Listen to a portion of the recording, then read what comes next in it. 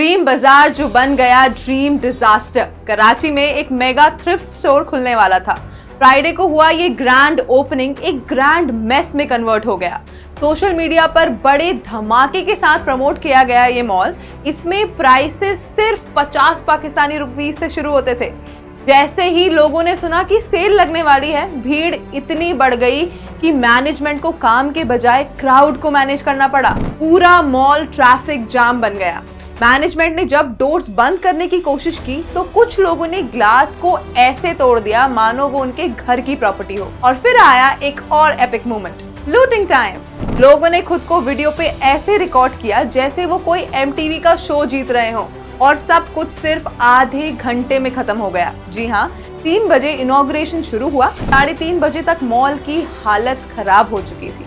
Mall के एक employ ने एक इंटरव्यू में कहा कि ये मॉल कराची के लोगों के लिए बनाया गया था, पर ओपनिंग के दिन ही सब कुछ बर्बाद हो गया। लगता है कराची की वेलकमिंग कमेटी थोड़ी ओवर एंथुजियास्टिक हो गई थी। सोशल मीडिया पे भी लोग बोल रहे थे कि अगर लोग इतने नंबर में अपने हक के लिए लड़ने निकलते तो शायद आज पाकिस्तान का फ्यूचर ही अलग होता। लेकिन यहाँ तो भाई एक एक शर्ट के लिए लड़ाई चल रही है। अब समझते हैं ये सब कुछ क्यों हो रहा है। कराची में ड्रीम बाजार का chaos एक बड़ा एग्जाम्पल है कि लोगों के इकोनॉमिक स्ट्रगल्स और फाइनेंशियल स्ट्रेस कितने बड़े हैं। जब इकोनॉमी इतनी स्ट्रगलिंग है और गवर्नमेंट का बजट डेवलपमेंट प्रोजेक्ट्स के लिए कम हो रहा है, तब लोगों की डेस्परेशन अफोर्डेबल गुड्स के लिए बढ़ती ही जा रही है।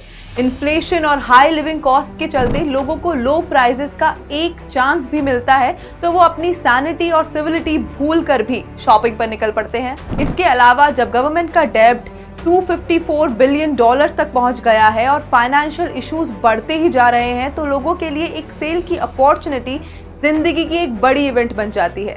ये सब एक रिफ्लेक्शन है कि जब लोगों की बेसिक नीड्स फुलफिल नहीं हो पाती तो वो एक्सट्रीम्स तक चले जाते हैं, चाहे वो किसी भी फॉर्म में हो। हमारा इंडिया में रहना कितना ग्रेट है ये तब और भी स्पेशल लगता है जब हम याद करते हैं कि इंडिया और पाकिस्तान को एक ही दिन आज़ादी मिली थी। दोनों देश एक ही हिस्ट्री और हेरिटेज से जुड़े हैं और इस दिन का सिग्निफिकेंस हमारे लिए एक शेयर्ड लेगेसी का हिस्सा है।